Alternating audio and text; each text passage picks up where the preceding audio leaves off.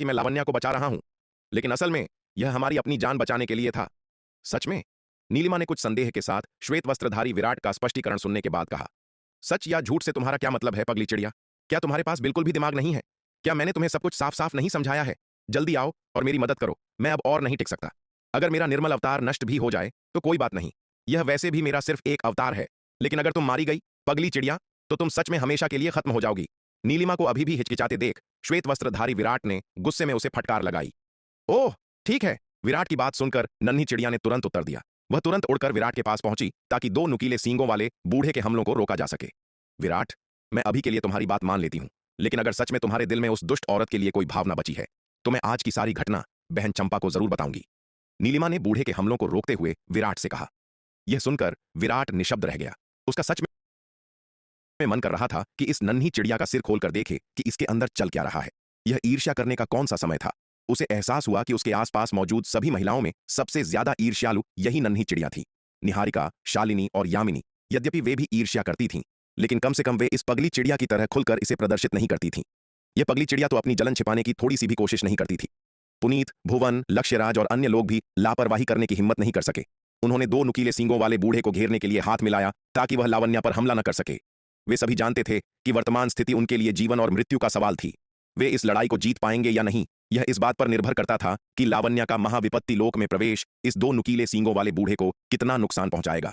जैसे जैसे लड़ाई आगे बढ़ी, स्थिति उनके लिए और भी प्रतिकूल होती गई। श्वेत हिम संप्रदाय, जल तत्व संप्रदाय और अग्नि तत्व संप्रदाय के कई महाविपत्ति लोक के योद्धाओं की रक्षा दीवार उस संक्षारक लाल धुंध से टूट गई और वे उसी में विलीन हो गए। जल तत्व संप्रदाय के युग, अग्नि तत्व संप्रदाय के ध्रुव और लावण्या के अधीन सम्राट शेरा सभी एक एक करके उस घने लाल धुंध में निगल लिए गए। यहां तक कि पुनीत, जिग्नेश, भुवन और लक्ष्यराज जैसे विशेषज्ञों को भी लाल धुंध के संक्षारक प्रभाव के तहत अपनी ताकत का भारी नुकसान उठाना पड़ रहा था। लड़ाई जितनी लंबी खिंचेगी, उनके लिए स्थिति उतनी ही नुकसानदेह होगी। ठीक उसी समय जब हर कोई दो नुकीले सींगों वाले बूढ़े से भयंकर युद्ध कर रहा था, आसमान से एक गगनभेदी गर्जना गूंज उठी और आकाशीय बिजली का तीसरा प्रहार फिर से नीचे गिरा। इस प्रहार की शक्ति दूसरे प्रहार से कई गुना अधिक थी। इस आकाशीय बिजली ने विशाल विषधर ड्रैगन के शरीर को अचानक सुन्न कर दिया। पत्थर के उस कक्ष के अंदर दो नुकीले सींगों वाला बूढ़ा भी एक पल के लिए जम सा गया। ऐ औरत, तुरंत यहां से बाहर निकलो। मैं वादा करता हूं कि जब तक तुम मेरे पेट से बाहर चली जाओगी, मैं तुम्हारी जान बख्श दूंगा। आकाशीय बिजली के तीसरे प्रहार के बाद दो नुकीले सींगों वाले बूढ़े ने जल्दबाजी में लावण्या से कहा। स्वर्गीय विपत्ति की शक्ति लगातार बढ़ती जा रही थी। अगर यह इसी तरह गिरती रही तो शायद उसकी आधी जान चली जाएगी या वह मारा ही जाएगा। यह देखकर कि वह फिलहाल लावण्या का कुछ नहीं बिगाड़ सकता, उसने बल के बजाय नरमी से काम लेने का फैसला किया। जैसे ही उसने यह कहा, पहले से सील किए गए पत्थर के कक्ष से बाहर जाने का रास्ता अचानक फिर से खुल गया। लावण्या ने उस खुले हुए रास्ते की ओर देखा और मीठी मुस्कान के साथ कहा, मैं आपकी दयालुता की कद्र करती हूं श्रीमान, लेकिन मुझे लगता है कि यह जगह काफी अच्छी है, इसलिए मैं आपको परेशान नहीं करूंगी। वह मजाक कर रही थी। जाहिर है वह स्वर्गीय विपत्ति से खुद को बचाने के लिए एक मानव ढाल का इस्तेमाल क्यों नहीं करेगी। अगर वह इस तरह बाहर भाग गई तो उसे खुद ही इस विपत्ति का सामना करना पड़ेगा। उसे यह भी नहीं पता था कि महाविपत्ति लोक में प्रवेश करने पर उसने जो स्वर्गीय विपत्ति बुलाई है वह कितनी शक्तिशाली है। अगर वह बाहर गई और पाया कि यह विपत्ति उसकी सहनशक्ति से कहीं अधिक शक्तिशाली है, तो क्या तब पछताने में बहुत देर नहीं हो जाएगी? यह पत्थर का कक्ष उसके लिए एक बहुत बड़ा अवसर था। वह इसे इतनी आसानी से कैसे गंवा सकती थी? सच तो यह है कि अगर यह पत्थर का कक्ष कोई प्राकृतिक वस्तु होता तो यह उसे स्वर्गीय विपत्ति से नहीं बचा पाता। साधना की दुनिया में कई योद्धाओं ने अपनी विपत्तियों के दौरान खुद को समुद्र या जमीन के नीचे छिपाने की कोशिश की है, लेकिन दुर्भाग्य से यह भी विपत्ति को रोक नहीं सका। वे चाहे कितनी भी गहराई में क्यों न छिप जाएं, विपत्ति उन पर आ ही गिरती। लेकिन यह पत्थर का कक्ष कोई प्राकृतिक वस्तु नहीं था, यह विषधर ड्रैगन के शरीर के अंदर था। इसलिए विपत्ति ड्रैगन के शरीर को पार नहीं कर सकती थी और सीधे उसी पर गिरेगी।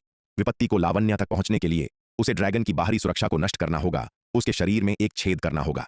इस प्रकार विषधर ड्रैगन को लावण्या के लिए इस अवांछित विपत्ति का सामना करना पड़ा। तुम? लावण्या की बातें सुनकर दो नुकीले सींगों वाला बूढ़ा गुस्से से कांप उठा। यह नीच औरत असल में चाहती थी कि वह उसे स्वर्गीय विपत्ति से बचाए।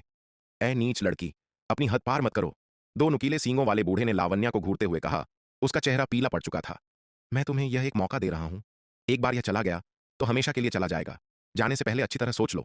मैंने पहले ही सोच लिया है, लावण्या ने मुस्कुराते हुए कहा। अगर ऐसा है तो जल्दी से निकल जाओ, मैं तुम्हारे पिछले कर्मों को माफ कर दूंगा। यह सुनकर दो नुकीले सींगों वाले बूढ़े का चेहरा खुशी से चमक उठा और उसने जल्दी से कहा, बूढ़े बाबा, आप गलत समझ रहे हैं। मेरा मतलब है, मैंने अच्छी तरह सोच लिया है और मैं कहीं नहीं जा रही हूं। लावण्या ने मुस्कुराते हुए उत्तर दिया। वह इतने अच्छे अवसर को कैसे गंवा सकती थी? क्या वे उसे मूर्ख समझते थे?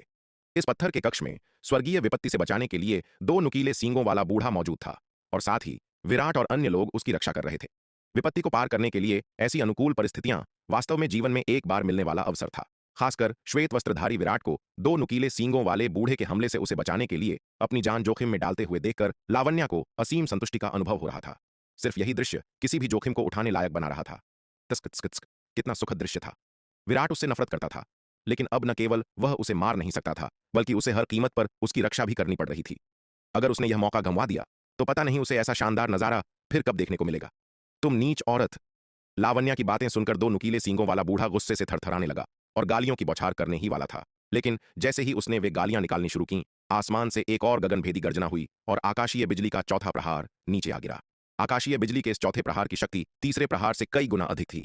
इस भयानक हमले की चपेट में आकर दो नुकीले सींगों वाला बूढ़ा फिर से सुन्न पड़ गया। उसकी गालियां अचानक बीच में ही रुक गईं। आखिर तुम चाहती क्या हो?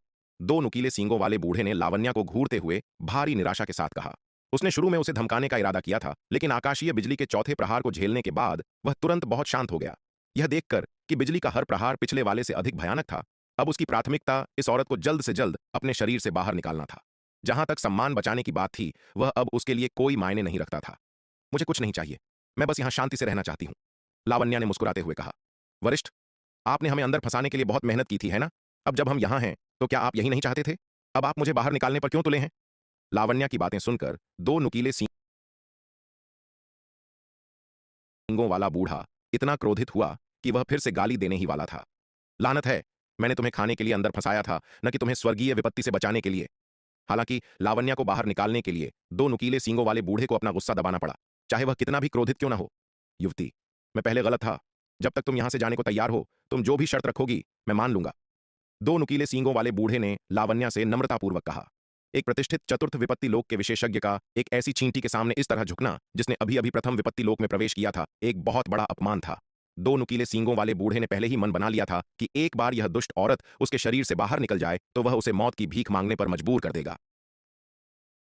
सच में? लावण्या ने मुस्कुराते हुए पूछा। बिल्कुल सच है, मैं हमेशा अपनी बात का पक्का हूं।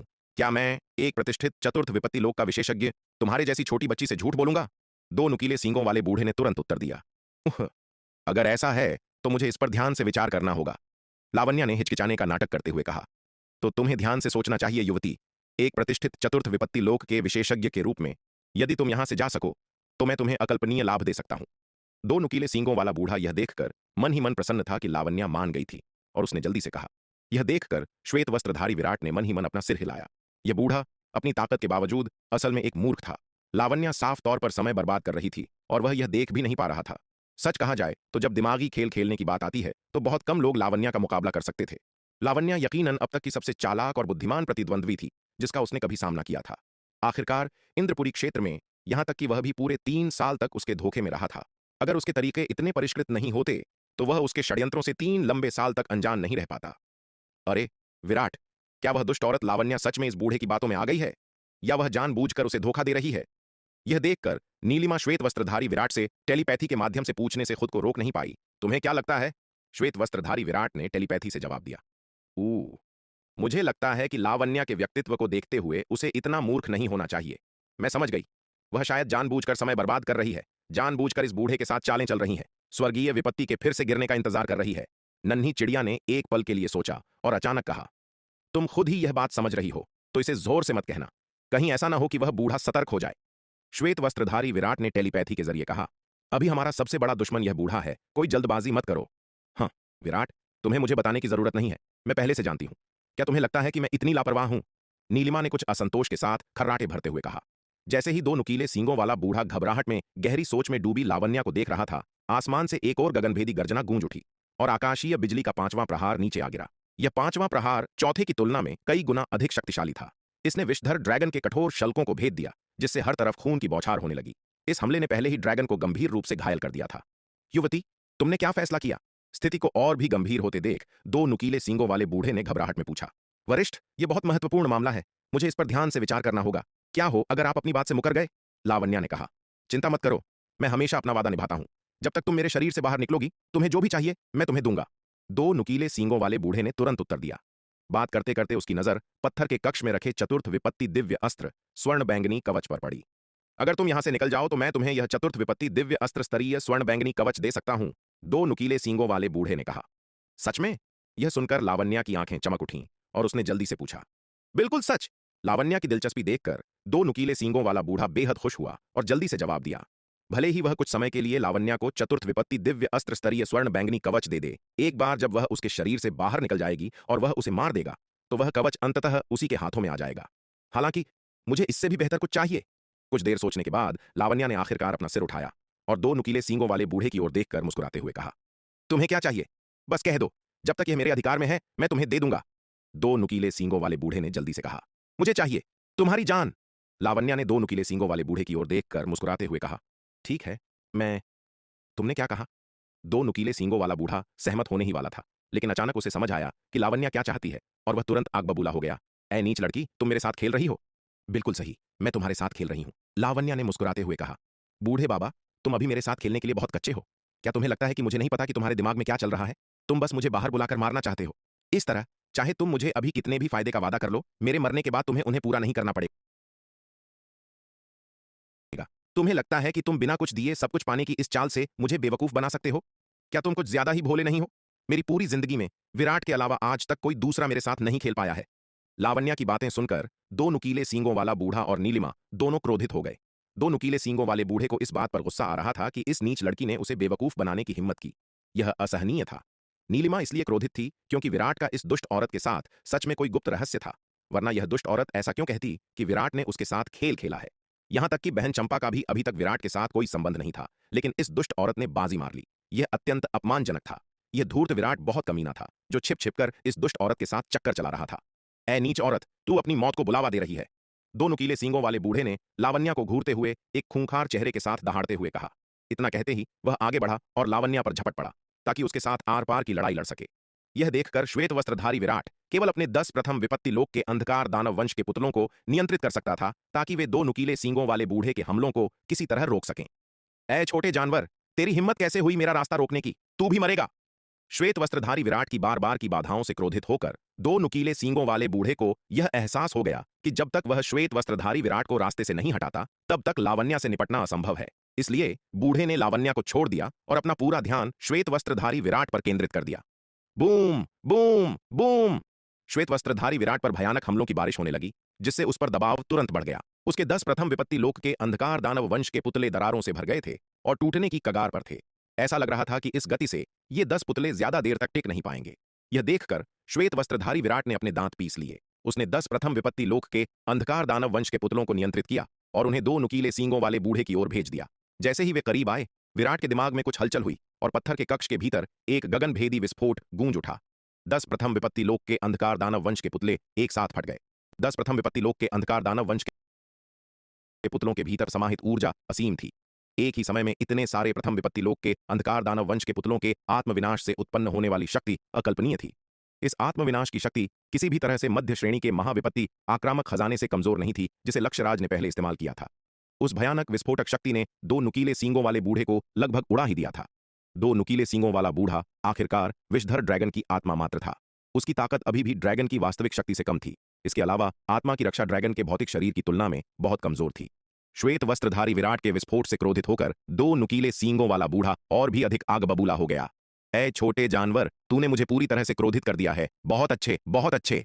दो नुकीले सींगों वाले बूढ़े ने श्वेत वस्त्रधारी विराट को खून से लाल आंखों से घूरते हुए कहा। श्वेत वस्त्रधारी विराट द्वारा नियंत्रित 10 प्रथम विपत्ति लोक के अंधकार दानव पुतलों के विस्फोट ने न केवल उसकी आत्मा के अवतार को घायल किया बल्कि उसके शरीर को भी गंभीर रूप से लहूलुहान कर दिया। इस भयानक विस्फोट से कक्ष को घेरने वाली पत्थर की दीवारों में हुए कई छेद इस बात का प्रमाण थे। पत्थर की दीवारों के उन छेदों से खून लगातार बह रहा था। दो नुकीले सींगों वाले बूढ़े ने अपने हाथ सिर के ऊपर उठाए, मंत्रों का उच्चारण किया और उसके हाथों में प्रकाश का एक चमकदार गोला इकट्ठा होने लगा। इस बार वह लड़ने के लिए केवल अपनी दिव्य आत्मा के अवतार का उपयोग नहीं कर रहा था, उसने अपने वास्तविक शरीर की शक्ति का उपयोग करना शुरू कर दिया। वह पहले इस चाल का उपयोग नहीं करना चाहता था। आखिरकार यह उसके शरीर के भीतर था और एक बार यह शक्तिशाली हमला शुरू हो जाने के बाद वह खुद भी इसे नियंत्रित नहीं कर पाएगा, जिससे उसे खुद भी गंभीर चोटें आ सकती थीं। लेकिन अब स्थिति उसकी उम्मीदों से कहीं आगे निकल चुकी थी। उसके शरीर में प्रवेश करने वाले ये मानव योद्धा उसकी कल्पना से कहीं अधिक शक्तिशाली थे। उसकी दिव्य आत्मा का अवतार अकेले उन्हें जल्दी से हरा नहीं सकता था। अगर स्वर्गीय विपत्ति का खतरा न होता तो वह धीरे धीरे उन्हें थका सकता था। ये मानव योद्धा भले ही मजबूत हों, लेकिन उसके शरीर के अंदर उससे ज्यादा समय तक नहीं टिक सकते थे। वे अंततः उसके ही शिकार बन जाते। दुर्भाग्य से स्वर्गीय विपत्ति के दबाव ने उसे इन मानव योद्धाओं से शांति से निपटने का मौका ही नहीं दिया। इस हद तक मजबूर होने के बाद उसे अब इस बात की परवाह नहीं थी कि यह शक्तिशाली हमला उसे नुकसान पहुंचाएगा या नहीं। अब सबसे महत्वपूर्ण काम इन मानव योद्धाओं को खत्म करना था ताकि वह स्वर्गीय विपत्ति की सजा से निपटने पर अपना ध्यान केंद्रित कर सके। दो नुकीले सींगों वाले बूढ़े के हाथों में इकट्ठा हो रहे चमकदार प्रकाश के गोलों को देखकर श्वेत वस्त्रधारी विराट मन ही मन घबरा गया। उसने महाविपत्ति वायु विस्फोटक ताबीज निकाला जिसे उसने पहले तैयार किया था ताकि वह बूढ़े के अगले वज्रपात जैसे हमले का सामना कर सके। हालांकि उसे नहीं पता था कि महाविपत्ति वायु विस्फोटक ताबीज उस बूढ़े के भयानक हमले को रोक पाएगा या नहीं, लेकिन यह उसका सबसे शक्तिशाली ब्रह्मास्त्र था। इसके अलावा वह कोई और बेहतर तरीका नहीं सोच पा रहा था। वह अगले भयानक हमले को झेल पाएगा या नहीं, यह अब किस्मत पर निर्भर था। जैसे ही दो नुकीले सींगों वाला बूढ़ा अपना अंतिम प्रहार इकट्ठा कर रहा था, एक जोरदार गड़गड़ाहट गूंजी और आकाशीय बिजली का छठा प्रहार आसमान से नीचे गिर पड़ा। भयानक बिजली ने विषधर ड्रैगन के विशाल शरीर पर प्रहार किया। इस बार सीधे उसके शरीर को छेदते हुए पत्थर के कक्ष में उतरी और लावण्या से जा टकराई। हालांकि आकाशीय बिजली का छठा प्रहार शक्तिशाली था, विषधर ड्रैगन के शरीर से कमजोर होने के बाद लावण्या पर जो बिजली गिरी वह बहुत कमजोर थी और उसे ज्यादा नुकसान नहीं पहुंचा सकी। लेकिन आकाशीय बिजली के इस छठे प्रहार ने दो नुकीले सींगों वाले बूढ़े को रोक दिया जो अपना अंतिम हमला इकट्ठा कर रहा था। दो नुकीले सींगों वाला बूढ़ा सुन्न रह गया और उसके हाथों में इकट्ठा हो रहा प्रकाश का गोला अचानक नष्ट हो गया। आकाशीय बिजली के छठे प्रहार का प्रभाव उसके लिए बहुत अधिक था, जिसने सीधे उसकी शक्ति जुटाने की प्रक्रिया को बीच में ही रोक दिया। आकाशीय बिजली का यह छठा प्रहार कोई सामान्य छठा प्रहार नहीं था जो तब गिरता है जब कोई योद्धा महाविपत्ति लोक में प्रवेश करता है। इसमें विषधर ड्रैगन की सजा भी शामिल थी। इसलिए आकाशीय बिजली के इस छठे प्रहार की शक्ति विपत्ति के दौरान सामान्य छठे प्रहार की तुलना में कई गुना अधिक थी।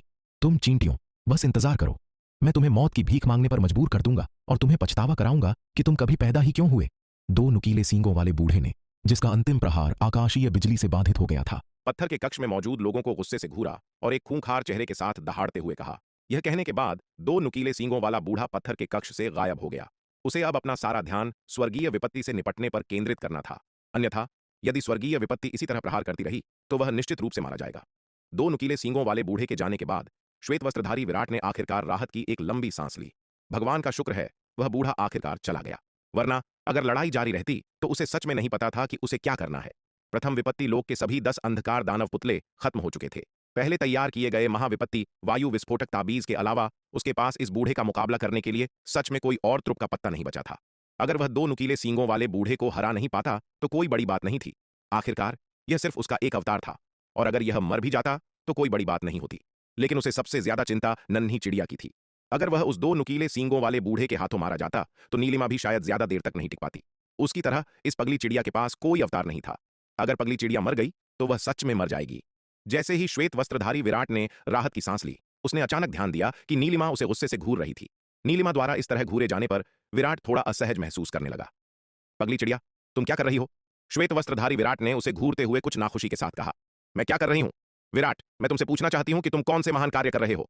नीलिमा ने अपने पंख फड़फड़ाते हुए श्वेत वस्त्रधारी विराट को घूरते हुए गुस्से से कहा। मैंने क्या किया? श्वेत वस्त्रधारी विराट ने पूरी तरह से भ्रमित दिखते हुए पूछा। उसने ध्यान से सोचा और उसने ऐसा कुछ भी नहीं किया था जिससे पगली चिड़िया को बुरा लगे। हाँ, तुम क्या कर रहे हो? क्या तुम अपने दिल में नहीं जानते? तुम बस नासमझ बनने का नाटक कर रहे हो। उस दुष्ट औरत का उन बातों से आखिर क्या मतलब था? नीलिमा ने गुस्से से सवाल किया। नीलिमा की बातें सुनकर श्वेत वस्त्रधारी विराट को आखिरकार समझ आ गया कि वह पगली चिड़िया इतनी क्रोधित क्यों थी। पगली चिड़िया, क्या तुम अपना दिमाग इस्तेमाल कर सकती हो? क्या तुम उस औरत की बातों पर विश्वास कर सकती हो? विराट ने कुछ निशब्द होते हुए कहा। हाँ, कौन जाने तुम और उस दुष्ट औरत ने एकांत में क्या क्या संदिग्ध काम किए हैं? नीलिमा ने ताना मारते हुए कहा। वरना वह दुष्ट औरत ऐसा क्यों कहेगी कि तुम्हारे अलावा उसकी जिंदगी में कोई भी उसके साथ नहीं खेल पाया है? पगली चिड़िया, मैंने सच में उसके साथ कुछ नहीं किया है। तुम कैसे मेरी बात पर विश्वास करोगी? विराट ने चिढ़ते हुए कहा। हाँ, जब तक तुम सबूत पेश नहीं करते शब्दों का कोई प्रमाण नहीं है। नीलिमा अपनी बात पर अड़ी रही। ठीक है, मानो या ना मानो, मैंने कुछ नहीं किया। जो सोचना है सोचो। विराट ने अपना हाथ हिलाया। वह सच में इस अनुचित चिड़िया से बहस नहीं करना चाहता था। यह पगली चिड़िया ईर्ष्यालु थी और ज्यादा सोचने की आदी थी। उसके पास इससे निपटने की ऊर्जा नहीं थी। वह कैसे साबित कर सकता था कि उसके और लावण्या के बीच ऐसा कुछ नहीं हुआ था? यह नन्ही चिड़िया उसकी तरह नहीं थी जिसके पास किसी महिला की पवित्रता को आसानी से देखने के लिए दिव्य दृष्टि हो। लावण्या की ताकत नन्ही चिड़िया से बहुत कम नहीं थी। उसके लिए अपनी पवित्रता छिपाना बहुत आसान था, जब तक कि किसी के पास विराट की तरह दिव्य दृष्टि न हो या वह लावण्या से काफी अधिक शक्तिशाली न हो जो उसकी असलियत को पूरी शक्ति के साथ देख सके। बाहरी लोगों के लिए उसे पहचानना बहुत मुश्किल था। विराट यह नहीं कहना चाहता था कि लावण्या अभी भी पवित्र है, अन्यथा नन्ही चिड़िया फिर से उछल कूद मचाने लगेगी। क्योंकि यह देखने के लिए कि लावण्या पवित्र थी या नहीं, उसे अनिवार्य रूप से उसे देखने के लिए दिव्य दृष्टि का उपयोग करना होगा। और तब नन्ही चिड़िया फिर से चिल्लाएगी कि उसके मन में अभी भी लावण्या के लिए भावनाएं हैं और जानबूझकर उसके शरीर को देखने के लिए दिव्य दृष्टि का उपयोग किया। अगर यह नन्ही चिड़िया परेशानी खड़ी करना चाहती थी तो उसके पास बहानों की कोई कमी नहीं थी। वह जितना उस पर ध्यान देता, नन्ही चिड़िया उतनी ही उत्साहित हो जाती। विराट, तुम मेरी मौत का कारण बनोगे। विराट की बातें सुनकर नीलिमा इतनी गुस्से में थी कि वह ऊपर नीचे उछलने लगी। जैसे ही वह विराट को परेशान करना जारी रखने और स्पष्टीकरण मांगने वाली थी, एक गगनभेदी गर्जना हुई और आकाशीय बिजली का 7वां प्रहार नीचे आ गिरा। पत्थर के कक्ष के बाहर विषधर ड्रैगन अपनी पूरी ताकत से आकाशीय बिजली के 7वें प्रहार से लड़ रहा था। उसने अपने सिर के ऊपर अपना चतुर्थ विपत्ति दिव्य अस्त्र स्तरीय स्वर्ण बैंगनी कवच पकड़ रखा था और भयानक बैंगनी बिजली कवच से जा टकराई उसे दूर उड़ा दिया। स्वर्ण बैंगनी कवच द्वारा कमजोर किए जाने के कारण आकाशीय बिजली के 7वें प्रहार की शक्ति लगभग आधी रह गई थी और जब यह विषधर ड्रैगन पर गिरी तो यह पहली बार की तुलना में बहुत कम भयानक थी। लेकिन फिर भी बिजली की शेष शक्ति ने उसके विशाल शरीर में फिर से एक बहुत बड़ा छेद कर दिया। बिजली की शेष शक्ति विशाल छेद को पार करते हुए पत्थर के कक्ष में लावण्या से जा टकराई। हालांकि चतुर्थ विपत्ति दिव्य अस्त्र के स्वर्ण बैंगनी कवच और विषधर ड्रैगन के शरीर की तिहरी बाधाओं से कमजोर होने के बाद लावण्या पर गिरते समय बिजली की शक्ति 1% से भी कम थी। फिर भी बिजली की शेष शक्ति ने लावण्या को काफी चोट पहुंचाई। पफ! लावण्या के मुंह से खून की उल्टी हो गई। उसने पत्थर के कक्ष के चारों ओर देखा। उसकी नजर वहां मौजूद सभी लोगों पर गई। इस समय पत्थर के कक्ष में बहुत कम लोग जीवित बचे थे। जल तत्व संप्रदाय की तरफ से केवल भुवन, यशवर्धन और मुट्ठी भर लोग ही बचे थे। अग्नि तत्व संप्रदाय की तरफ से केवल लक्ष्यराज, अग्निवेश, समर और 5 से भी कम लोग बचे थे। श्वेत हिम संप्रदाय की तरफ स्थिति थोड़ी बेहतर थी। उनके पास सबसे अधिक जीवित योद्धा थे, जिनमें लगभग 7 या 8 प्रथम विपत्ति लोक के योद्धा बचे थे।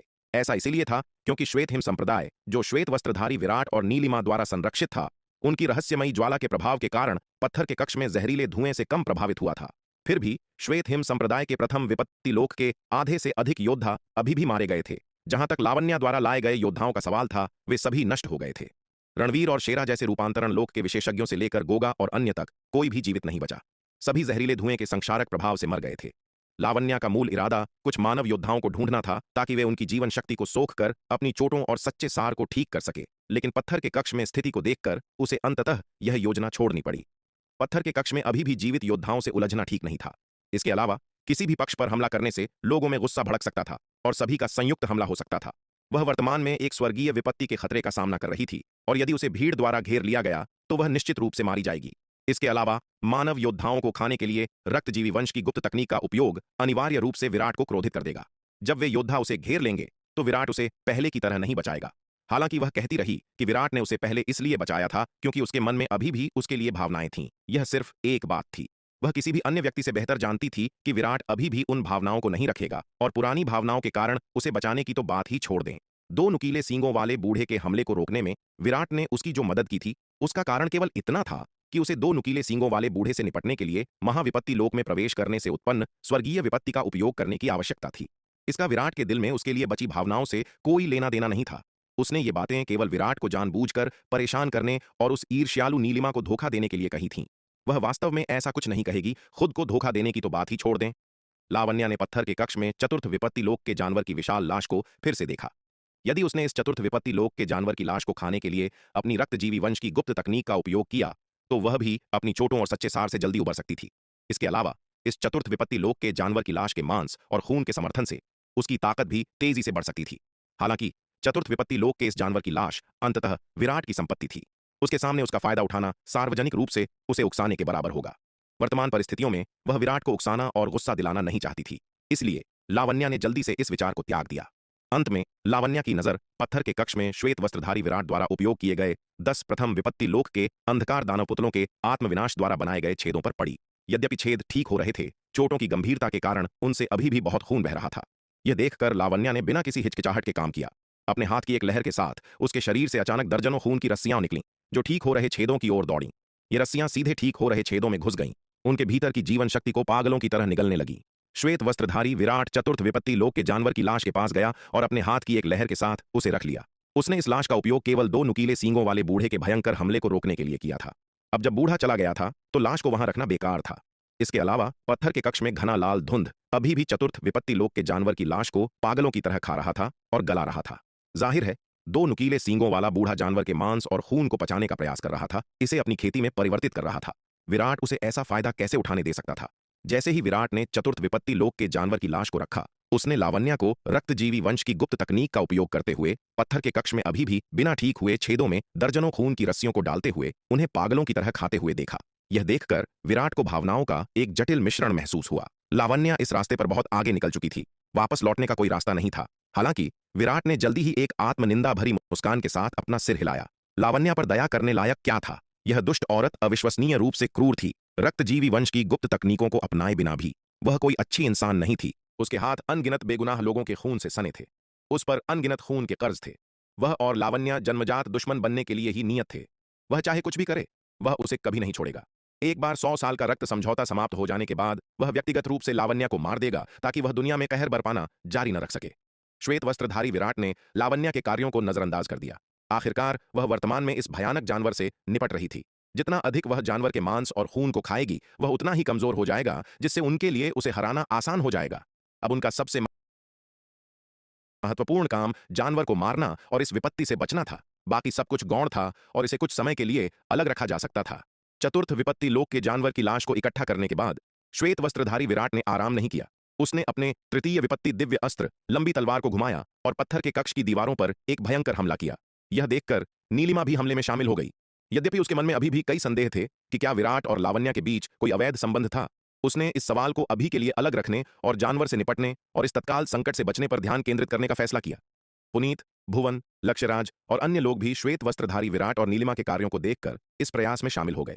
वे विराट और नीलिमा से भी अधिक उत्सुक थे कि जितनी जल्दी हो सके जानवर को खत्म कर दिया जाए। विराट और नीलिमा अपनी रहस्यमयी ज्वाला द्वारा संरक्षित होने के कारण कम से कम घने लाल धुंध से खतरे में नहीं थे, लेकिन वे अलग थे। उन्हें पत्थर के कक्ष के भीतर अविश्वसनीय रूप से संक्षारक लाल धुंध से लगातार खतरा था। इस धुंध के संक्षारक प्रभाव के तहत उनका सच्चा सार तेजी से समाप्त हो रहा था। इस दर पर उन्हें डर था कि वे ज्यादा देर तक टिक नहीं पाएंगे, इसलिए उन्हें जल्द से जल्द जानवर को मारना था और पत्थर के कक्ष से भागना था। यद्यपि पत्थर के कक्ष से बाहर जाने का मार्ग 2 नुकीले सींगों वाले बूढ़े द्वारा फिर से खोल दिया गया था, भुवन, लक्ष्यराज और अन्य लोग अभी भी आसानी से इससे बाहर जाने की हिम्मत नहीं कर सके। अगर उन्होंने जानवर को नहीं मारा तो भले ही वे पत्थर के कक्ष से बाहर निकल जाएं, उन्हें बाहर निश्चित मौत का सामना करना पड़ेगा और शायद और भी तेजी से मरें। जानवर को जल्द से जल्द मारने के लिए भुवन और लक्ष्यराज को अब अपने ब्रह्मास्त्र को छिपाने की परवाह नहीं थी। उन्होंने अपने मध्य श्रेणी महाविपत्ति आक्रामक खजानों का इस्तेमाल किया और उन्हें कक्ष की पत्थर की दीवारों पर दे मारा। बाहर माया और अन्य लोग दूर से विषधर ड्रैगन को देखते हुए इसके ऊपर भयानक विपत्ति के बादलों को इकट्ठा होते देख अपनी रीढ़ में एक सिहरन महसूस कर रहे थे। यह भयानक था। यह विपत्ति बिल्कुल भयानक थी। माया और विशाल कछुआ ने कई तलवार संप्रदाय के योद्धाओं को विपत्तियों से गुजरते देखा था, लेकिन किसी की भी तुलना इससे नहीं की जा सकती थी। यहां तक कि उपाध्यक्ष दिवाकर, जो महाविपत्ति लोक में प्रवेश करते समय आकाशीय बिजली के 6 प्रहारों से गुजरे थे, वे भी कोई अपवाद नहीं थे। उन्होंने गिना और अब तक विपत्ति के बादलों से आकाशीय बिजली के 7 प्रहार नीचे गिर चुके हैं। बहन माया, क्या जिस व्यक्ति ने महाविपत्ति लोक में प्रवेश किया है वह सच में वही औरत है जिसका नाम लावण्या है? गार्गी ने वहां मौजूद विपत्ति के बादलों को देखा। उसकी आंखें सदमे से भरी थीं। अगर महाविपत्ति लोक में प्रवेश करने वाला व्यक्ति सच में लावण्या नाम की वह औरत है, तो लावण्या की मार्शल आर्ट प्रतिभा बस बहुत भयानक है। आपको पता होना चाहिए कि जब उसने महाविपत्ति लोक में प्रवेश किया था तो उसने आकाशीय बिजली के केवल 4 प्रहारों को पार किया था। यहां तक कि उसके भाई गगन जैसे मार्शल आर्ट के दिग्गज ने भी महाविपत्ति लोक में प्रवेश करते समय आकाशीय बिजली के केवल 5 प्रहारों को पार किया था। पुनीत जैसा एक योद्धा जो महाविपत्ति लोक में प्रवेश करने के लिए आकाशीय बिजली के 6 प्रहारों से गुजरा था, वह पहले से ही एक अद्वितीय दिग्गज था, 10,000 में से एक। पूरे श्वेत हिम संप्रदाय में उसके जैसे बहुत कम लोग थे, और एक ऐसा मार्शल आर्ट का दिग्गज जिसने महाविपत्ति लोक में प्रवेश करने के लिए आकाशीय बिजली के 7 प्रहारों को पार किया था, उसे श्वेत हिम संप्रदाय में खोजना और भी असंभव था। अब महाविपत्ति लोक में प्रवेश करने वाले व्यक्ति ने पहले ही आकाशीय बिजली के 7 प्रहारों को आकर्षित कर लिया था, और मुख्य बात यह थी कि आकाशीय बिजली के 7 प्रहारों के नीचे गिरने के बाद भी विपत्ति के बादल नहीं छौटे थे। उस स्थिति को देखते हुए यह स्पष्ट था कि विपत्ति अब भी खत्म नहीं हुई थी। दूसरे शब्दों में, महाविपत्ति लोक में प्रवेश करने वाले इस योद्धा ने आकाशीय बिजली के 7 प्रहारों से भी अधिक को आकर्षित किया था। यह कितनी भयानक मार्शल प्रतिभा होनी चाहिए। यहां तक कि पूरे पूर्वी नक्षत्र क्षेत्र में प्रथम विपत्ति लोक में प्रवेश करते समय आकाशीय बिजली के 7 प्रहारों को आकर्षित करने वाले मार्शल आर्ट दिग्गज अत्यंत दुर्लभ थे। 7 से अधिक की तो बात ही छोड़ दें। खैर, मैं बस अनुमान लगा रही हूं, मुझे यकीन नहीं है। माया झिनकी, कुछ अनिश्चित थी। वास्तव में क्या ऐसी स्वर्ग विरोधी प्रतिभा सच में लावण्या हो सकती है? अगर यह विराट होता तो उसे बिल्कुल भी आश्चर्य नहीं होता, क्योंकि विराट ने बहुत सारे चमत्कार दिखाए थे। विराट का प्रदर्शन चाहे कितना भी असाधारण क्यों न हो, उसे लगता था कि यह बिल्कुल सामान्य है। लेकिन अगर महाविपत्ति लोक में प्रवेश करने वाला यह व्यक्ति सच में लावण्या थी, तो यह दुश्मन सच में बहुत शक्तिशाली था। प्रथम विपत्ति लोक में प्रवेश करना और आकाशीय बिजली के 7 से अधिक प्रहारों को आकर्षित करना, यह कितनी भयानक युद्ध शक्ति का प्रदर्शन करेगा, इसके बारे में सोचने मात्र से ही रीढ़ में सिहरन दौड़ जाती है। और यह व्यक्ति उनका जानी दुश्मन था। बूम! जैसे ही सब लोग बात कर रहे थे, आकाशीय बिजली का 8वां प्रहार आसमान से नीचे गिरा। यह 8वां प्रहार सच में भयानक था। इसकी शक्ति दुनिया के विनाश के समान थी। इतनी दूर से भी सभी को घुटन का एहसास हुआ। सौभाग्य से वे काफी दूर थे, अन्यथा अकेले 8वें प्रहार का अवशिष्ट बल एक अर्ध पारलौकिक क्षेत्र के योद्धा को मारने के लिए पर्याप्त होता। इस भयानक बिजली के प्रहार का सामना करते हुए विषधर ड्रैगन ने अपनी पूरी ताकत लगा दी और अपना लगभग सारा सच्चा सार अपने चतुर्थ विपत्ति दिव्य अस्त्र स्तरीय स्वर्ण बैंगनी कवच में उड़ेल दिया। हालांकि जैसे ही वह इस प्रहार की बमबारी का डटकर विरोध कर रहा था, उसका शरीर अचानक सुन्न हो गया। इस क्षण उसने महसूस किया कि उसके शरीर के भीतर अनगिनत भयानक हमले लगातार सतह पर आ रहे हैं। इन भयानक हमलों के बीच दर्जनों खून की रस्सियां पागलों की तरह उसकी शक्ति को खा रही थीं, और चतुर्थ विपत्ति लोक के जानवर की लाश, जिस पर उसने अपनी ऊर्जा की भरपाई करने के लिए पहले भरोसा किया था, वह भी इस क्षण वापस ले ली गई थी। नहीं! विषधर ड्रैगन ने एक भयंकर गर्जना की, जो पूर्ण विद्रोह से भरी थी। इस महत्वपूर्ण क्षण में उस पर अंदर और बाहर दोनों तरफ से हमला किया गया था। आकाशीय बिजली के एक भयानक प्रहार ने उसके सिर पर प्रहार किया, जबकि भीतर से उस पर श्वेत वस्त्रधारी विराट, नीलिमा, पुनीत, भुवन, लक्ष्यराज और अन्य लोगों द्वारा एक उन्मत्त हमला किया गया। इसके अलावा लावण्या उसके खून और साधना को खाने के लिए एक गुप्त रक्तजीवी तकनीक का उपयोग कर रही थी। इस दोहरे हमले के तहत विषधर ड्रैगन की शक्ति लड़खड़ा गई और स्वर्ण बैंगनी कवच, एक चतुर्थ विपत्ति दिव्य अस्त्र जिसका वह समर्थन कर रहा था, अब अपनी पूरी शक्ति को उजागर नहीं कर सकता था। एक गगनभेदी गर्जना हुई। आकाशीय बिजली का 8वां प्रहार स्वर्ण बैंगनी कवच से टकराया, उसे उड़ा दिया। फिर भयानक आकाशीय बिजली विषधर ड्रैगन पर गिरती रही। इस हताश स्थिति का सामना करते हुए विषधर ड्रैगन अभी भी हार मानने को तैयार नहीं था। उसने अपनी सारी ताकत जुटाई और बिजली के प्रहार की ओर अपना पंजा घुमाया। दुर्भाग्य से गंभीर आंतरिक हमलों और लावण्या द्वारा उसकी शक्ति के उन्मत्त अवशोषण के कारण वह आकाशीय बिजली का मुकाबला करने के लिए अपनी पूरी ताकत मुश्किल से जुटा सका। इस भयानक वज्रपात के तहत विषधर ड्रैगन के पंजे बैंगनी बिजली में तुरंत राख में बदल गए। विषधर ड्रैगन के पंजों को नष्ट करने के बाद भयानक बिजली ने उसके शरीर पर अपना हमला जारी रखा, उसे छेदते हुए पत्थर के कक्ष में उतरी जहां लावण्या थी। हालांकि चतुर्थ विपत्ति दिव्य अस्त्र के स्वर्ण बैंगनी कवच, विषधर ड्रैगन के पंजे और उसके अपने शरीर की तिहरी बाधाओं के कारण कक्ष तक पहुंचने वाली बिजली काफी कमजोर हो गई थी। शेष बिजली अपनी चरम शक्ति के 1% से भी कम थी। शेष बिजली को पास आते देख लावण्या ने अपनी तलवार से उस पर जोर से प्रहार किया। एक गगनभेदी गर्जना हुई, यहां तक कि शेष बिजली को भी कम नहीं आंका जाना चाहिए था। इस भयानक शक्ति की बमबारी के तहत लावण्या के हाथ से लंबी तलवार का जादुई हथियार छिटक गया। शेष बिजली ने तलवार को दूर गिराने के बाद लावण्या पर प्रहार करना जारी रखा। एक दिव्य अस्त्र से बने उसके सुरक्षात्मक कवच को छेदते हुए सीधे उसके शरीर पर जा लगी। पहले ही 2 बार कमजोर हो चुकी बिजली की शक्ति काफी कम हो गई थी।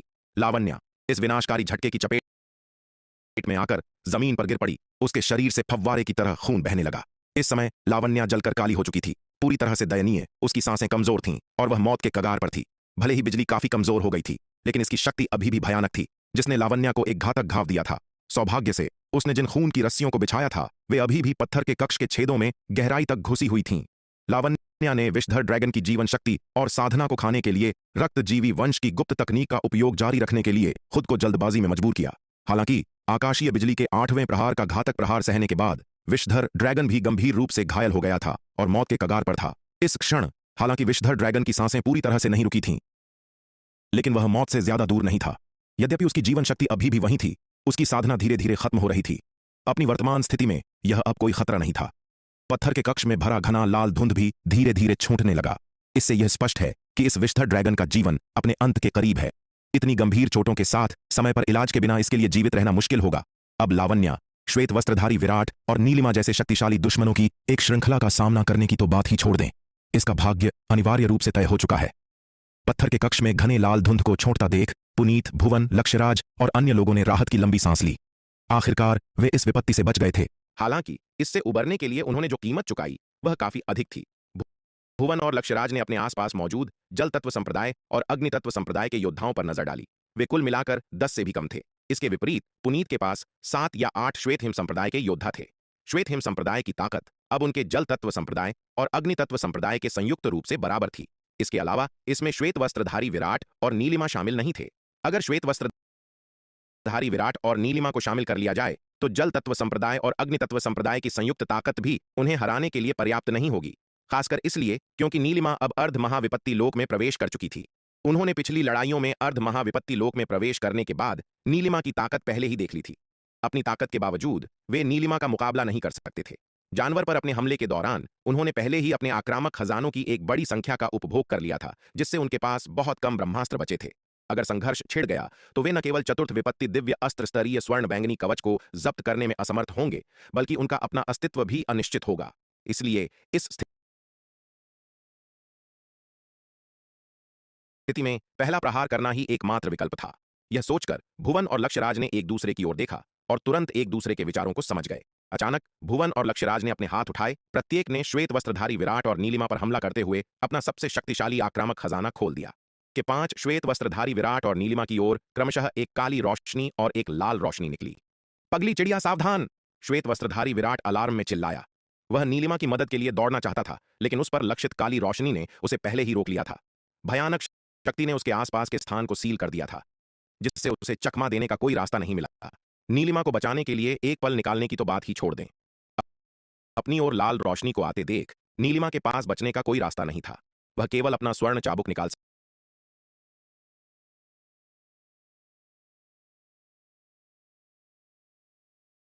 नीलिमा को बचाने के लिए एक पल निकालने की तो बात ही छोड़ दें। अपनी ओर लाल रोशनी को आते देख नीलिमा के पास बचने का कोई रास्ता नहीं था। वह केवल अपना स्वर्ण चाबुक निकाल सकती थी, जो कि तृतीय विपत्ति दिव्य अस्त्र था, और लाल रोशनी पर अपनी पूरी ताकत से प्रहार कर सकती थी। इस बीच श्वेत वस्त्रधारी विराट की तरफ जैसे ही काली रोशनी उसकी ओर दौड़ी, उसके बगल से अचानक एक सफेद रोशनी निकली और काली रोशनी का डटकर सामना किया। Boom boom! पत्थर के कक्ष में 2 धरती हिला देने वाले विस्फोट गूंज उठे। श्वेत वस्त्रधारी विराट पर लक्षित काली रोशनी काफी हद तक सफेद रोशनी द्वारा रोक दी गई थी। इसकी शक्ति का शेष छोटा हिस्सा श्वेत वस्त्रधारी विराट द्वारा आसानी से टाल दिया गया था। हालांकि नीलिमा पर लक्षित लाल रोशनी पूरी तरह से नीलिमा द्वारा ही रोक दी गई थी। लाल रोशनी का सीधे सामना करने के लिए पूरी तरह से अपनी ताकत पर निर्भर थी। एक गगनभेदी गर्जना के साथ नीलिमा लाल रोशनी द्वारा एक तोप के गोले की तरह पीछे की ओर उड़ गई और अपने पीछे की पत्थर की दीवार से जोर से टकराई। उसके शरीर ने वास्तव में अविश्वसनीय रूप से कठोर पत्थर के माध्यम से एक बड़ा छेद कर दिया था। पगली चिड़िया! यह देखकर श्वेत वस्त्रधारी विराट का दिल बैठ गया। वह दौड़ कर गया और नीलिमा को पत्थर की दीवार के छेद से बाहर निकाला। पगली चिड़िया, तुम ठीक तो हो? श्वेत वस्त्रधारी विराट ने नीलिमा को अपनी हथेली में पकड़ लिया। उसे हिलाते हुए बार बार पूछा। इस समय नीलिमा खून से लथपथ थी, मुश्किल से सांस ले पा रही थी और उसकी चोटें अत्यंत गंभीर थीं। श्वेत वस्त्रधारी विराट ने जल्दी से एक नवजीवन संजीवनी गोली निकाली और उसे खिला दी। दूसरी तरफ भुवन और लक्ष्यराज अपने छिपकर किए गए हमले के सफल होने पर बहुत खुश थे। हालांकि पुनीत ने भी श्वेत वस्त्रधारी विराट को गंभीर चोट से बचाने के लिए एक आक्रामक खजाने का उपयोग किया था। भुवन के मध्य श्रेणी महाविपत्ति लोक आक्रामक खजाने का उपयोग इसे रोकने के लिए किया गया था, लेकिन लक्ष्यराज के मध्य श्रेणी महाविपत्ति लोक आक्रामक खजाने ने एक महत्वपूर्ण भूमिका निभाई, जिसने नीलिमा को गंभीर रूप से घायल कर दिया। श्वेत हिम संप्रदाय की टीम में नीलिमा सबसे खूंखार थी। उसकी ताकत श्वेत हिम संप्रदाय की टीम में सबसे अधिक थी। खासकर अर्ध महाविपत्ति लोक में प्रवेश करने के बाद उसका खतरा अकल्पनीय था। नीलिमा को गंभीर रूप से घायल करना उनके सबसे बड़े दुश्मन को खत्म करने के बराबर था। श्वेत हिम संप्रदाय और अन्य लोगों से निपटना बहुत आसान होगा। श्वेत वस्त्रधारी विराट का पूरा ध्यान नीलिमा पर केंद्रित होने का फायदा उठाते हुए भुवन और लक्ष्यराज ने जल तत्व संप्रदाय और अग्नि तत्व संप्रदाय के योद्धाओं के एक समूह का नेतृत्व करते हुए श्वेत वस्त्रधारी विराट को घेर लिया और उस पर हमला कर दिया। भाई विराट, सावधान! यह देखकर पुनीत ने तुरंत चेतावनी दी। उसी समय उसने श्वेत हिम संप्रदाय के शिष्यों के एक समूह को श्वेत वस्त्रधारी विराट की मदद के लिए दौड़ने का नेतृत्व किया। पुनीत की पुकार सुनकर श्वेत वस्त्रधारी विराट ने अपना सिर घुमाया और भुवन, लक्ष्यराज और अन्य लोगों को देखा जो उसे घेर रहे थे। उसकी आंखों में एक ठंडी चमक आ गई। इन कमीने कुत्तों की हिम्मत कैसे हुई उन पर घात लगाकर हमला करने की और नन्ही चिड़िया को इतनी बुरी तरह घायल करने की। अगर विराट खुद घायल होता तो उसे इतना गुस्सा नहीं आता, लेकिन नन्ही चिड़िया को इतनी गंभीर रूप से घायल देखकर विराट तुरंत गुस्से से भर गया। उसने अपना हाथ बढ़ाया, वह महाविपत्ति वायु विस्फोटक ताबीज निकाला जिसे उसने पहले तैयार किया था, और उसे भुवन, लक्ष्यराज और अन्य लोगों पर फेंक दिया। जैसे ही भुवन, लक्ष्यराज और अन्य लोग श्वेत वस्त्रधारी विराट को घेर रहे थे, अचानक उन्हें अपनी रीढ़ में एक सिहरन महसूस हुई, जैसे कि उनके दिलों से संकट का एक घातक एहसास उठ रहा हो। यह ठीक नहीं है। भुवन और लक्ष्यराज ने मन ही मन सोचा कि कुछ गड़बड़ है और वे चकमा देने ही वाले थे। हालांकि श्वेत वस्त्रधारी विराट द्वारा फेंका गया महाविपत्ति वायु विस्फोटक ताबीज बहुत तेज था और वे अचंभे में पड़ गए। उनके पास चकमा देने का कोई समय नहीं था। उनके बगल में एक गगनभेदी गर्जना हुई। भुवन और लक्ष्यराज को एक तेज दर्द महसूस हुआ, क्योंकि भयानक विस्फोटक बल ने उन्हें तुरंत अपनी चपेट में ले लिया। नहीं! लक्ष्यराज ने अनैच्छिक गुस्से में मन ही मन दहाड़ा। उसने इस बिंदु तक पहुंचने के लिए सप्त खड्ग अमर भवन में अनगिनत कठिनाइयां सही थीं। वह यहां कैसे मर सकता था? लेकिन अपनी गहरी नाराजगी के बावजूद वह अपनी किस्मत से नहीं बच सका। विराट द्वारा तैयार किया गया महाविपत्ति वायु विस्फोटक ताबीज अविश्वसनीय रूप से शक्तिशाली था। किसी भी तरह से उस मध्य श्रेणी महाविपत्ति आक्रामक खजाने से कम नहीं था जिसका उसने पहले उपयोग किया था। इसके अलावा विराट इस बात से क्रोधित था कि उसने नीलिमा को इतनी बुरी तरह घायल कर दिया था, इसलिए महाविपत्ति वायु विस्फोटक ताबीज विशेष रूप से उसी पर लक्षित था। भयानक विस्फोटक बल के तहत लक्ष्यराज अंततः धूल में मिल गया। उसके बगल में अग्नि तत्व संप्रदाय के योद्धा, जिनमें अग्निवेश और समर शामिल थे, वे भी भयानक विस्फोट में मारे गए। भुवन हालांकि बच गया, क्योंकि श्वेत वस्त्रधारी विराट ने उस पर ताबीज नहीं फेंका था। यद्यपि वह विस्फोट के झटके से गंभीर रूप से घायल हो गया था, कम से कम वह बच गया। विस्फोट के झटके के बाद लक्ष्यराज सहित अग्नितत्व संप्रदाय के सभी योद्धा मारे गए, जबकि जल तत्व संप्रदाय के केवल भुवन और यशवर्धन ही बचे। यद्यपि भुवन और यशवर्धन बच गए, उन दोनों को अकल्पनीय चोटें आईं। भुवन खून से लथपथ था और श्वेत वस्त्रधारी विराट की ओर उसकी नजर अविश्वास से भरी थी। यह कैसे हो सकता है? इस लड़के के पास ऐसा भयानक आक्रामक खजाना कैसे हो सकता है? उसने हमेशा माना था कि श्वेत वस्त्रधारी विराट का सबसे शक्तिशाली ब्रह्मास्त्र वे 10 प्रथम विपत्ति लोक के अंधकार दानव पुतले थे। श्वेत वस्त्रधारी विराट द्वारा उन 10 प्रथम विपत्ति लोक के अंधकार दानव पुतलों का उपयोग करने के बाद उसके पास कोई और ब्रह्मास्त्र नहीं बचा था। यही कारण था कि वह और लक्ष्यराज श्वेत वस्त्रधारी विराट पर हमला करने को लेकर इतने आश्वस्त थे। लेकिन उसे यह कभी उम्मीद नहीं थी कि 10 प्रथम विपत्ति लोक के अंधकार दानव पुतलों के अलावा श्वेत वस्त्रधारी विराट के पास वास्तव में ऐसा भयानक ब्रह्मास्त्र था। इस क्षण भुवन संदेह से भर गया। चूंकि श्वेत वस्त्रधारी विराट के पास इतना शक्तिशाली ब्रह्मास्त्र था, तो उसने उनके पिछले संघर्ष के दौरान इसका उपयोग क्यों नहीं किया था? क्या ऐसा हो सकता है कि यह लड़का हर समय अपनी ताकत छिपा रहा हो, एक घातक प्रहार करने के लिए इस अवसर की प्रतीक्षा कर रहा हो? हालांकि भुवन को जो नहीं पता था वह यह था कि श्वेत वस्त्रधारी विराट ने उनके पिछले संघर्ष के दौरान महाविपत्ति वायु विस्फोटक ताबीज का उपयोग करने से इनकार नहीं किया था। उसके पास बस यह था ही नहीं, यह महाविपत्ति वायु विस्फोटक ताबीज कुछ ऐसा था जिसे उसने महाविपत्ति स्फटिक प्राप्त करने के बाद ही तैयार किया था। इसके अलावा उसके पास केवल एक ही महाविपत्ति वायु विस्फोटक ताबीज था। एक बार इस्तेमाल हो जाने के बाद यह खत्म हो गया। स्वाभाविक रूप से श्वेत वस्त्रधारी विराट इसे हल्के में इस्तेमाल नहीं करेगा। लेकिन अब नीलिमा को लक्ष्यराज के मध्य श्रेणी महाविपत्ति आक्रामक खजाने से इतनी बुरी तरह घायल देखकर श्वेत वस्त्रधारी विराट अब और बर्दाश्त नहीं कर सका। उसने लक्ष्यराज और अग्नितत्व संप्रदाय के योद्धाओं के समूह को एक घातक प्रहार करते हुए महाविपत्ति वायु विस्फोटक ताबीज का सीधे उपयोग किया। थोड़ा ठीक होने के बाद भुवन पत्थर के कक्ष में और रुकने की हिम्मत नहीं कर सका। वह चौंका और घबराहट में मार्ग से बाहर निकलने की ओर भाग गया। यह देखकर यशवर्धन भी अपनी जान बचाने के लिए जल्दी से उसके पीछे भागा। श्वेत वस्त्रधारी विराट ने उन दोनों का पीछा नहीं किया।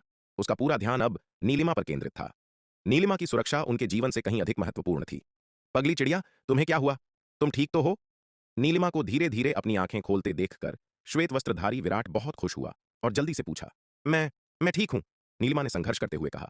विराट, उस बदमाश को ऐसे ही जाने मत देना, तुम्हें मेरा बदला लेना होगा। यह कहने के बाद नीलिमा का सिर एक तरफ झुक गया और वह फिर से बेहोश हो गई। पगली चिड़िया, पगली चिड़िया, यह देखकर श्वेत वस्त्रधारी विराट को घबराहट महसूस हुई और उसने इसे कई बार और पुकारा। हालांकि इस बार उसने चाहे जितनी बार पुकारा हो, नीलिमा ने अपनी आंखें नहीं खोली, बल्कि उसकी हथेली में गहरी नींद में सो गई। विराट ने नीलिमा की चोटों की सावधानीपूर्वक जांच की और पाया कि यद्यपि वे गंभीर थीं, नवजीवन संजीवनी गोली लेने के बाद यह धीरे धीरे ठीक हो रही थी।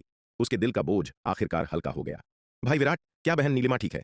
इस समय पुनीत पास आया, चिंता के साथ पूछ रहा था। उसने भुवन और यशवर्धन के भागने का पीछा नहीं किया था। पहला, वह और अन्य श्वेत हिम संप्रदाय के योद्धा भी 2 नुकीले सींगों वाले बूढ़े के खिलाफ अपनी लड़ाई में गंभीर रूप से घायल हो गए थे। इसके अलावा पत्थर के कक्ष में संक्षारक लाल धुंध ने उनके सच्चे सार को बहुत कम कर दिया था। इन परिस्थितियों में पुनीत अनावश्यक परेशानी पैदा नहीं करना चाहता था। इसके अलावा पुनीत जलतत्व संप्रदाय के साथ पूरी तरह से संबंध नहीं तोड़ना चाहता था। अगर वह भुवन और यशवर्धन को मार सकता तो वह सफल हो सकता था, लेकिन अगर वह विफल रहा तो दुश्मनी बहुत बड़ी हो जाएगी। यद्यपि भुवन और यशवर्धन गंभीर रूप से घायल लग रहे थे, पुनीत को पूरा विश्वास नहीं था कि वह उन्हें पूरी तरह से मार सकता है, खासकर भुवन को। जल तत्व संप्रदाय प्रमुख के व्यक्तिगत शिष्य के रूप में भुवन के जीवित रहने का कौशल असाधारण था। पुनीत भुवन से ज्यादा मजबूत नहीं था, इसलिए भुवन की चोटों के बावजूद उसे मारना अभी भी मुश्किल होगा। इसलिए पुनीत ने ऐसे व्यर्थ प्रयास के खिलाफ फैसला किया। चोटें गंभीर हैं, लेकिन शुक्र है नुकसान अस्थायी रूप से रुक गया है, श्वेत वस्त्रधारी विराट ने कहा। यह अच्छा है। पुनीत ने राहत की एक हल्की सांस ली। नीलिमा ने उनके साथ इतने लंबे समय तक यात्रा की थी और पुनीत नहीं चाहता था कि उसे कुछ भी हो। इसके अलावा नीलिमा और विराट का इतना अच्छा रिश्ता था। अगर नीलिमा को कुछ भी हुआ तो विराट शायद पागल हो जाएगा। जब पुनीत ने विराट को महाविपत्ति वायु विस्फोटक ताबीज फेंकते हुए देखा तो वह इसकी शक्ति से दंग रह गया। उसे यह उम्मीद नहीं थी कि श्वेत वस्त्रधारी विराट के पास ऐसा भयानक हथियार होगा। यह जानना महत्वपूर्ण है कि भुवन, लक्ष्यराज और उसके पास मौजूद मध्य श्रेणी के महाविपत्ति आक्रामक खजाने सभी व्यक्तिगत रूप से उनके संप्रदाय के नेताओं या पूर्वजों द्वारा तैयार किए गए थे। और इन 3 प्रमुख संप्रदायों के संप्रदाय प्रमुख या पूर्वज कम से कम साधना के मामले में सभी पंचम विपत्ति लोक के विशेषज्ञ थे। केवल इस स्तर के विशेषज्ञ ही संभवतः ऐसे शक्तिशाली आक्रामक खजाने तैयार कर सकते थे। लेकिन विराट के पास भी इतना शक्तिशाली आक्रामक खजाना था। क्या इसका मतलब यह नहीं था कि शक्ति सिंधु महाद्वीप में पंचम विपत्ति लोक से ऊपर के विशेषज्ञ भी थे? यह सोचकर पुनीत को शक्ति सिंधु महाद्वीप की अथाह गहराइयों के बारे में और भी विस्मय हुआ, क्योंकि जिस गति से श्वेत वस्त्रधारी विराट ने महाविपत्ति वायु विस्फोटक ताबीज फेंका था वह इतनी तेज थी कि पुनीत यह भी नहीं देख पाया कि वह क्या था। अगर उसे पता होता कि श्वेत वस्त्रधारी विराट ने व्यक्तिगत रूप से महाविपत्ति वायु विस्फोटक ताबीज तैयार किया है तो वह शायद और भी हैरान होता। केवल एक अर्ध महाविपत्ति लोक का योद्धा वास्तव में एक मध्य श्रेणी महाविपत्ति लोक आक्रामक खजाने के बराबर ताबीज तैयार कर सकता है। यह कितनी स्वर्ग विरोधी क्षमता होनी चाहिए। भाई पुनीत, पहले के लिए आपका बहुत बहुत धन्यवाद। श्वेत वस्त्रधारी विराट ने पुनीत की ओर देखा और उसे